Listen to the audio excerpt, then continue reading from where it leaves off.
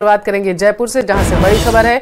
मौसम विभाग ने अलर्ट जारी कर दिया है। बताया जा रहा है कि 15 जिलों के लिए येलो अलर्ट जारी किया गया है। 15 जिलों में घना कोहरा छाने के आसार हैं। 21 से 22 जनवरी को पश्चिमी विक्षोभ जो है वो सक्रिय रह सकता है और इस दौरान कुछ जिलों में हल्की बारिश के आसार मौसम विभाग की तरफ से जताए गए हैं। तो जयपुर से इस वक्त की बड़ी खबर है। बताया जा रहा है कि कई जिलों के लिए येलो अलर्ट जारी कर दिया गया है मौसम विभाग की तरफ से। संभावनाएं जताई जा रही हैं कि कई स्थानों पर छिटपुट बारिश हो सकती है। तो मौसम विभाग का ये अलर्ट एक बार फिर देखने को मिला। खासकर 21 और 22 जनवरी को लेकर पश्चिमी विक्षोभ सक्रिय होने के आसार हैं। इस दौरान कुछ जिलों में हल्की बारिश के भी आसार जताए गए हैं और 15 जिले ऐसे हैं जहां पर घना कोहरा छाया रह सकता है, ऐसे आसार जताए गए हैं। तो फिलहाल मौसम विभाग का ये अलर्ट देखने को मिला। खासकर 15 जिलों के लिए ये अलर्ट है जहां पर घना कोहरा छाने के आसार है।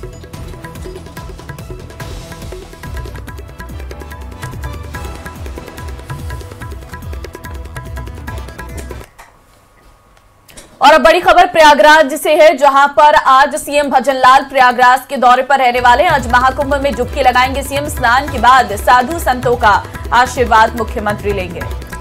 तो बीते दिन सूबे के मुखिया सीएम भजनलाल शर्मा प्रयागराज पहुंच चुके थे। आपकी जानकारी के लिए आपको बताते चले कि बीते दिन बेंगलुरु दौरे पर थे सीएम भजनलाल शर्मा और उसके बाद वो प्रयागराज गए थे। प्रयागराज में उन्होंने रात्रि विश्राम किया था और अब जो है बताया जा रहा है कि वो आस्था की डुबकी संगम नगरी में लगाते हुए नजर आएंगे। इस वक्त की ये सबसे बड़ी खबर है सियासी गलियारों से। सूबे के मुखिया सीएम भजनलाल शर्मा इस वक्त उत्तर प्रदेश के प्रयागराज में मौजूद है, जहां वो महाकुंभ में स्नान करने के लिए पहुंचे हुए हैं।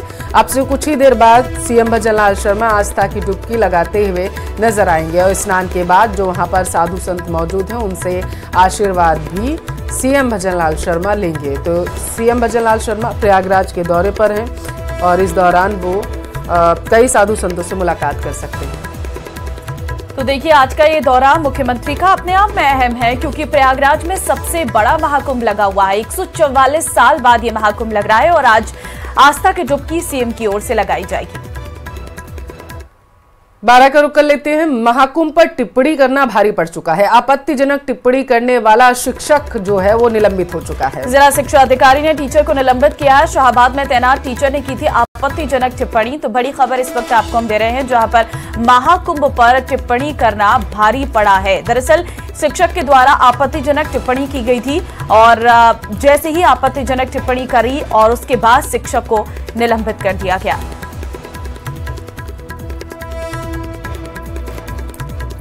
तो शाहबाद में तैनात है ये टीचर जिसने आपत्तिजनक टिप्पणी की थी। महाकुंभ को लेकर ये आपत्तिजनक टिप्पणी की गई थी और ऐसे में अब शिक्षक को निलंबित कर दिया गया है।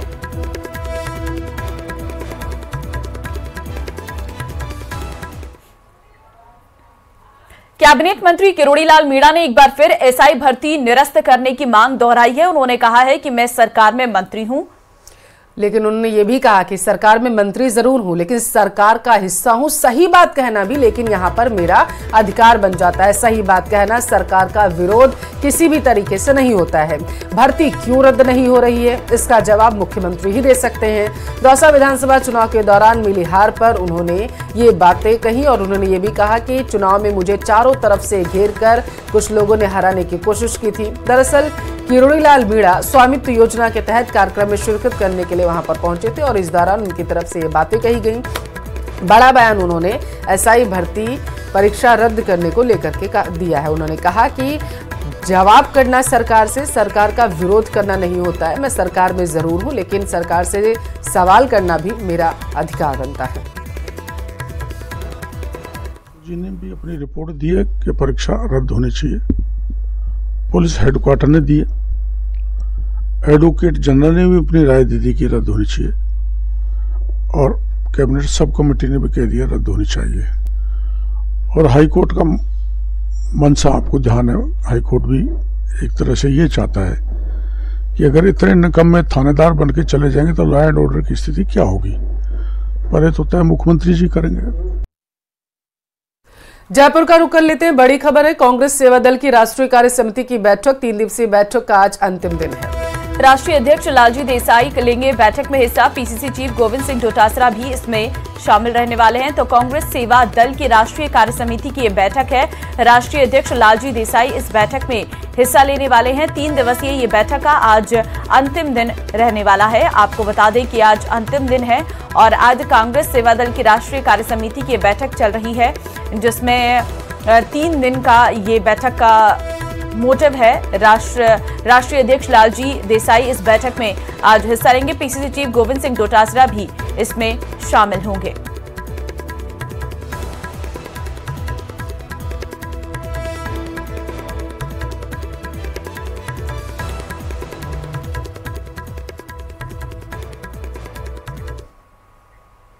शून्य और कम नामांकन का हवाला देते हुए प्रदेश सरकार ने राजस्थान के 429 सरकारी स्कूलों को मर्ज कर दिया है और इसके बाद सत्ता पक्ष विपक्ष के निशाने पर आ चुका है। सरकार ने पहले 169 और फिर 260 स्कूलों को मर्ज करने का आदेश जारी किया था।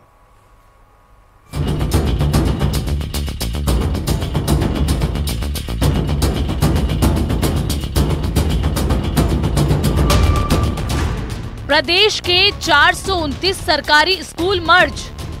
ये अभी जो बंद की गई वो तमाम स्कूलें वो हैं जिनके अंदर 0 नामांकन था, जिनमें 2 स्कूलें एक बिल्डिंग में चल रही थी। शून्य और कम नामांकन का हवाला। कुछ विद्यालय में तो शून्य नामांकन है, कुछ विद्यालय ऐसे हैं जो एक ही परिसर में 2-3 दिन विद्यालय चल रहे हैं, कुछ विद्यालय की दूरी बहुत कम है। विपक्ष के निशाने पर प्रदेश सरकार। इनकी मंशा आम जनता के प्रति सही नहीं है। इनका एक एजेंडा है कि गरीब गरीब ही रहे, वो कभी मुख्य धारा के अंदर नहीं आ पाए। प्रदेश की बीजेपी सरकार ने एक के बाद एक 2 अलग अलग आदेशों के जरिए प्रदेश के अलग अलग हिस्सों के 429 स्कूलों को मर्ज कर दिया है। राज्य सरकार ने इसके पीछे शून्य या फिर कम नामांकन का हवाला दिया है।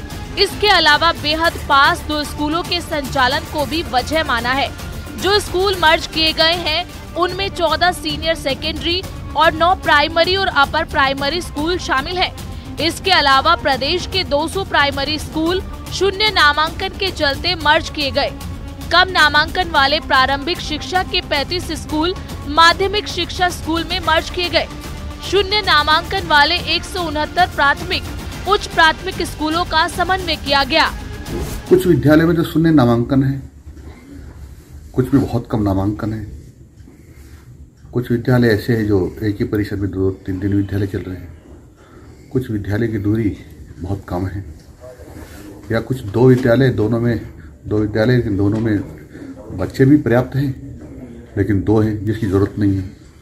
हमने उनको एक कर दिया नज़दीक है, तो इसलिए इस प्रकार से हमने उसको संतुलन बनाने की कोशिश की ताकि बच्चों को भी दिक्कत ना हो। कम स्थान में विद्यालय चला जाए। 2 विद्यालयों की जगह एक विद्यालय होने से शिक्षकों की भी जो कमी है वो पूरी होगी। गौरतलब है कि भजनलाल सरकार ने पिछले दिनों मंत्रियों की एक कमेटी बनाकर अंग्रेजी माध्यम के महात्मा गांधी स्कूलों की समीक्षा शुरू की थी। इन मंत्रियों की कमेटी ने अब तक कोई सिफारिश नहीं की है। ऐसे में राज्य भर में एक भी अंग्रेजी मीडियम स्कूल बंद नहीं हुआ है, जबकि हिंदी मीडियम के 429 स्कूल मर्ज हो चुके हैं। गत कांग्रेस सरकार के अंदर बड़े ही अनियोजित तरीके से सरकारी स्कूलों को रेवड़ी के जैसे बांटने का काम किया। ऐसी कुछ स्कूलों को अभी वर्तमान भजनलाल सरकार ने स्क्रूटनी करके उनको बंद करने का काम किया है। ये अभी जो बंद की गई वो तमाम स्कूलें वो हैं जिनके अंदर 0 नामांकन था, जिनमें 2 स्कूलें एक बिल्डिंग में चल रही थी, अथवा ऐसी भी स्कूलें जिनमें 2 स्कूलों में दूरी 100 मीटर से कम थी, उनको बंद करने का काम किया। तो मुझे लगता है कि इससे जो गैर जरूरी स्कूलें थी वो बंद तो होंगी, परंतु जो स्कूल हैं उनमें शिक्षा का स्तर बढ़ेगा, उनमें इंफ्रास्ट्रक्चर बढ़ेगा। स्कूलों को मर्ज करने के फैसले पर राज्य सरकार विपक्ष के निशाने पर आ गई है। नेता प्रतिपक्ष टीकाराम जूली का आरोप है कि एजेंडे के तहत स्कूल मर्ज किए गए हैं। कई विद्यालय ऐसे हैं जहाँ 300-300 बच्चियां हैं, उन विद्यालयों को भी ये लोग बंद करना चाहते हैं। तो ये इनकी मंशा आम जनता के प्रति सही नहीं है। इनका एक एजेंडा है कि गरीब गरीब ही रहे, वो कभी मुख्य धारा के अंदर नहीं आ पाए। पिछली बार भी इनकी सरकार थी, लगभग 17,000 से अधिक स्कूलों इन लोगों ने बंद की थी। आज हमने इंग्लिश मीडियम स्कूलें की हैं, उनको ये बंद करने की बात कर रहे हैं। आज हमने नई कॉलेज खोली हैं, उनको ये बंद करने की बात कर रहे हैं। आज यूनिवर्सिटीज़ के अंदर वीसी जो हैं वो नॉन एकेडमिक लोगों को लाने की बात कर रहे हैं। तो ये देश को और इस राजस्थान को किस ओर ले जाना चाहते हैं, ये बात मैं इनसे पूछना चाहता हूँ। कांग्रेस बीजेपी पर चारों तरफ से हमला कर रही है।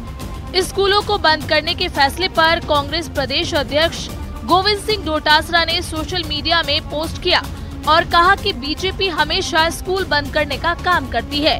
कांग्रेस ने अपने कार्यकाल में एक भी स्कूल बंद नहीं किया और बीजेपी ने एक साल में ही 450 स्कूल बंद कर दिए। कांग्रेस ने राज्य सरकार को स्कूलों में नामांकन बढ़ने और घटने के आंकड़े सार्वजनिक करने की चुनौती दी है। स्कूलों को मर्ज करने के मामले में सियासत तेज हो गई है। बीजेपी कम नामांकन का हवाला दे रही है तो कांग्रेस एजेंडे के तहत स्कूलें बंद करने का आरोप लगा रही है। जल्द ही विधानसभा सत्र शुरू होने वाला है और इस सत्र के दौरान ये मुद्दा और गरमाने के आसार हैं। कैमरा पर्सन शेर सिंह के साथ सौरभ गृहस्थी, न्यूज़ 18 राजस्थान, जयपुर।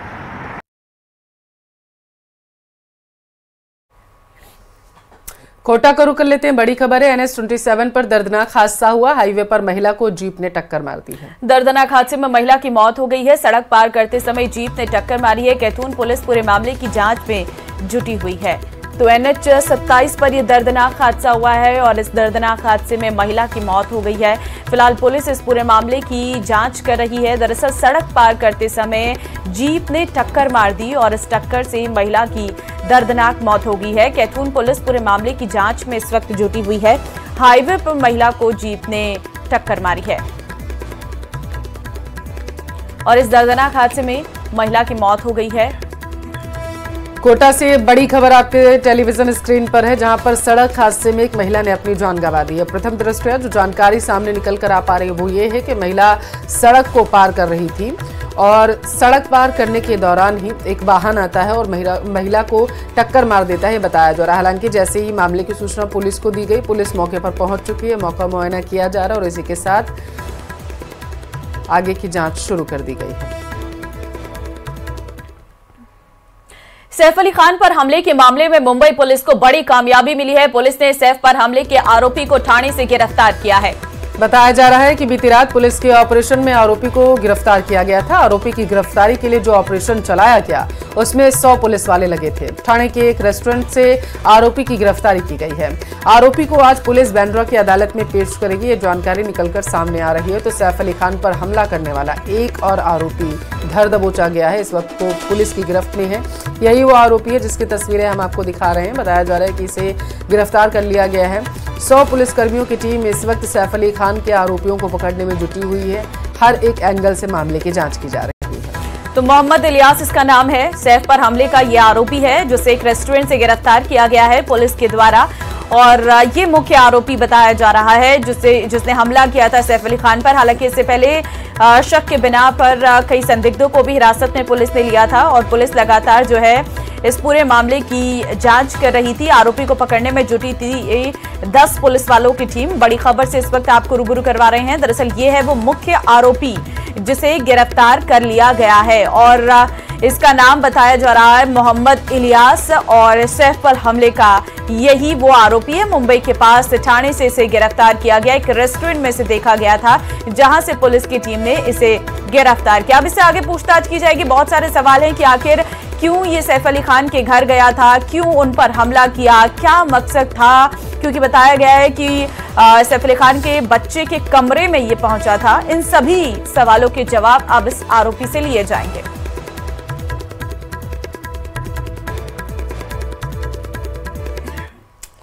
करौली का रुख करेंगे। बड़ी खबर है, राजस्व कर्मचारियों का कार्य बहिष्कार जो है वो लगातार जारी है। 9 सूत्रीय मांगों को लेकर ये प्रदर्शन उनकी तरफ से किया जा रहा है। कलेक्ट्रेट परिसर में जारी है अनिश्चितकालीन धरना। कल जिला स्तरीय रैली प्रदर्शन का होगा आयोजन। प्रदर्शन कर मुख्यमंत्री के नाम ज्ञापन सौंपेंगे। तो फिलहाल राजस्व कर्मियों का कार्य बहिष्कार जारी है। कल जिला स्तरीय रैली है, प्रदर्शन का भी आयोजन होगा। प्रदर्शन कर मुख्यमंत्री के नाम ज्ञापन जो है वो सौंपा जाएगा। फिलहाल 9 सूत्रीय मांगों को लेकर ये धरना प्रदर्शन चल रहा है।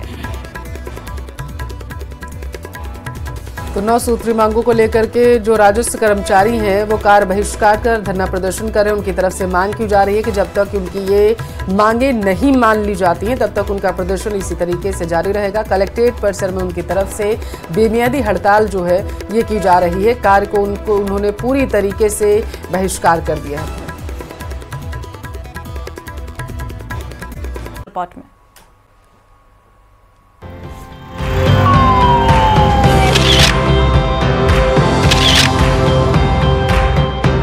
बीकानेर में लगे गब्बर के पोस्टर। अरे ओ सांभा, कितना जुर्माना। वजह ऐसी कि सभी कह रहे भाई वाह।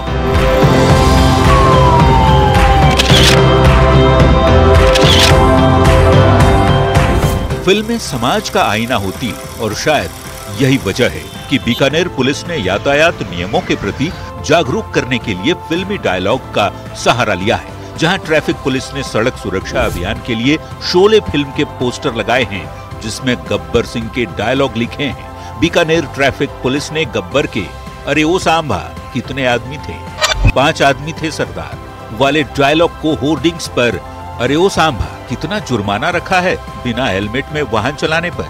जी सरकार 1000 रुपये लिखा। इसके जरिए पुलिस लोगों को सड़क सुरक्षा के नियमों के लिए जागरूक करने की कोशिश कर रही है। पुलिस ने एक यही नहीं बल्कि इस तरह के कई डायलॉग्स होर्डिंग्स पर लिखवाए हैं। ये ट्रैफिक पुलिस की बहुत सराहनीय पहल है। यानी हर जन लोगों को ये जागरूकता का ख्याल रखना चाहिए। जैसे बाइक चला रहे हैं तो हेलमेट जरूर पहने और गाड़ी चला रहे हैं तो सीट बेल्ट का जरूर ध्यान रखें। और ये फिल्मी स्लोगन का इन्होंने मान लो डाल के ऐसा लोगों को जन जागृत किया है जिसे एक नई पहल है, एक नया ही रोचक प्रयास किया गया है ट्रैफिक पुलिस द्वारा। बहुत बहुत साधुवाद इनके लिए। आकर्षित किया इन पोस्टर्स ने फिल्मी अंदाज में। वैसे भी जैसे आपने शोले का पोस्टर लगा रखा है, ये शोले बहुत ही प्रसिद्ध है। आज तक भी लोग इनके डायलॉग्स बोलते हैं। तो मेरे को ये लग रहा है कि लोग बाग इसको देख के और सीखेंगे ट्रैफिक नियमों के बारे में और बहुत अच्छा परिणाम इसका निकलेगा। ये आइडिया बीकानेर पुलिस को मोबाइल पर फिल्म की कॉमेडी क्लिप देखकर आया। फिर इस आइडिया के बारे में सभी से बात की गई और शोले के गब्बर और कई तरह के कॉमेडी वाले होर्डिंग्स और बैनर सड़कों पर लगाने का फैसला लिया गया। शहर में जगह जगह पुलिस के द्वारा जो स्लोगन फिल्म कैरेक्टर हों, कोई चाहे वो धार्मिक कैरेक्टर हों, इस तरह के स्लोगन के पोस्टर जगह जगह लगाए गए हैं ताकि लोगों का इसकी तरफ ध्यान आकर्षित हो, वे अपने व दूसरे लोगों को ट्रैफिक नियमों के बारे में जागरूक कर सकें, व अपने व लोगों की जान माल की सुरक्षा के लिए प्रेरित हों। बीकानेर शहर भर में इन फिल्मी होर्डिंग्स के अलावा भी कई अन्य होर्डिंग्स लगाए गए हैं। पुलिस के कॉमेडी होर्डिंग्स का असर लोगों पर ज्यादा पड़ रहा है क्योंकि लोगों के दिमाग में वो डायलॉग बैठ रहे हैं और लोग यातायात के नियमों का पालन भी कर रहे हैं। न्यूज़ 18 राजस्थान के लिए बीकानेर से विक्रम जागरवाल की रिपोर्ट।